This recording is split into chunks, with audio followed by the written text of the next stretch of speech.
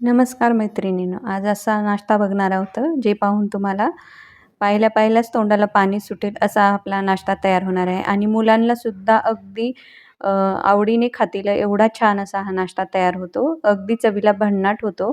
तर तुम्ही नक्की करून बघा. तर लगेच आता रेसिपीला सुरुवात करूयात. तर अगोदर काय करायचं, इथे मी कढई ठेवलेली आहे गॅसवर. गॅस लावलेला नाही आणखीन. आता त्याच्यामध्ये आपल्याला इथे 1.5 वाटी पाणी घालायचं आहे. तर जर तुम्ही कपाने मोजत असाल तरी पण 1.5 कप पाणी घालू शकता. कोणत्याही भांड्याने मोजून घ्या तुम्ही.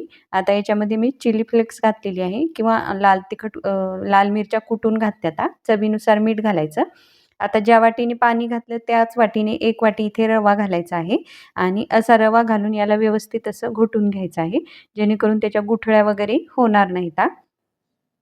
तर याला आता थोडंसं आपण हलवून घेऊयात, जेणेकरून तो बुडाला चिटकणार सुद्धा नाहीत आणि त्याच्या गुठळ्या सुद्धा होणार नाहीत.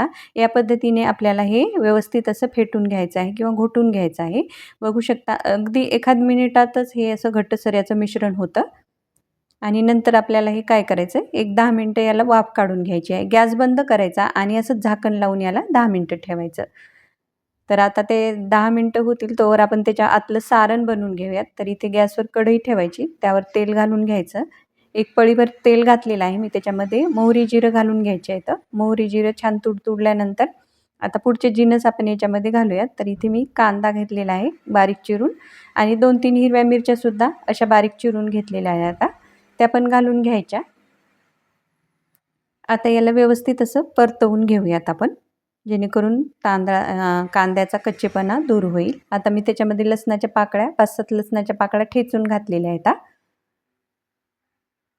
आता छान परतल्यानंतर याच्यामध्ये 1 चमचाभर लाल तिखट आणि हळद घातलेली आहे पाव टीस्पून मी. इथे मी मॅगी मसाला घेतलेला आहे.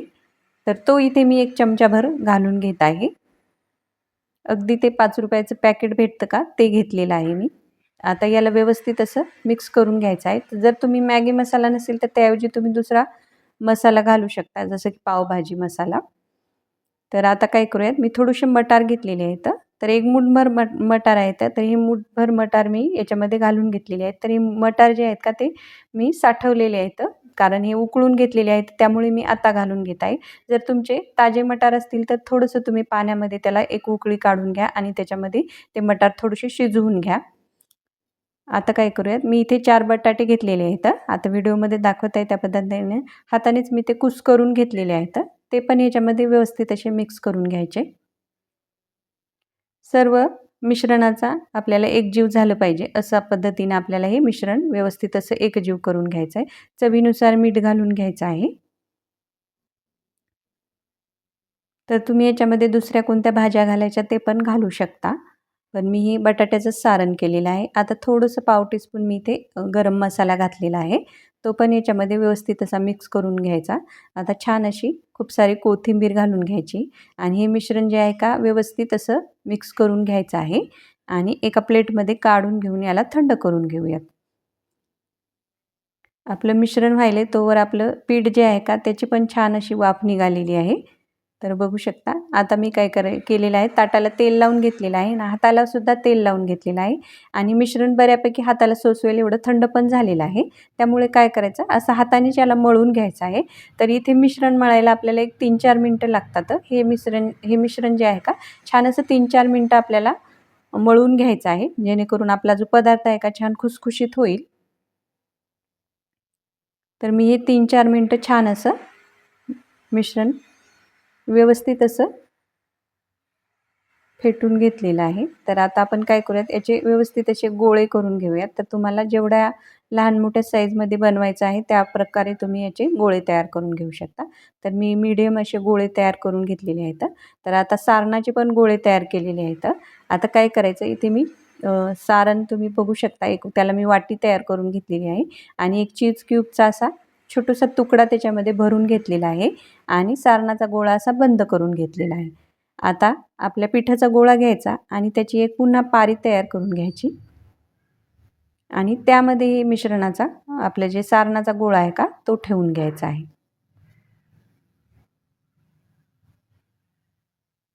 अगदी छान असा हा खुसखुशीत नाश्ता होतो आणि अगदी आपण हे 2 चमचे तेलामध्येच तयार केलेला नाश्ता आहे. जर तुम्हाला हा तळून सुद्धा खाऊ शकता किंवा तसाच फोडणी देऊन तुम्ही सुद्धा हा नाश्ता खाऊ शकता.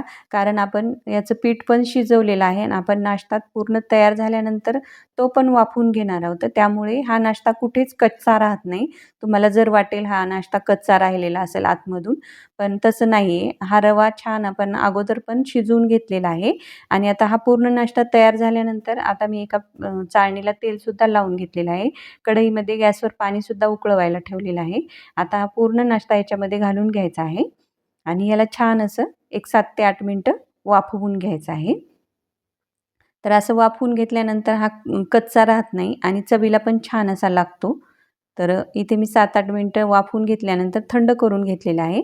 तर तुम्ही तसाच हा शॅलो फ्राय करून खाऊ शकता किंवा तसंच फोडणी देऊन सुद्धा खाऊ शकता. तर मी इथे थोडंसं शॅलो फ्राय केलेलं आहे. अगदी 2 चमचे तेल घातलेलं आहे आणि त्याच्यामध्ये हा नाश्ता ठेवून द्यायचा आहे.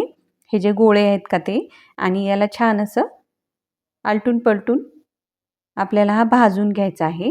चवीला एकदम भन्नाट असा लागतो. तुम्ही नक्की करून बघा. सकाळच्या घाई-गडबडीत सुद्धा हा तुम्ही नाश्ता बनवून खाऊ शकता.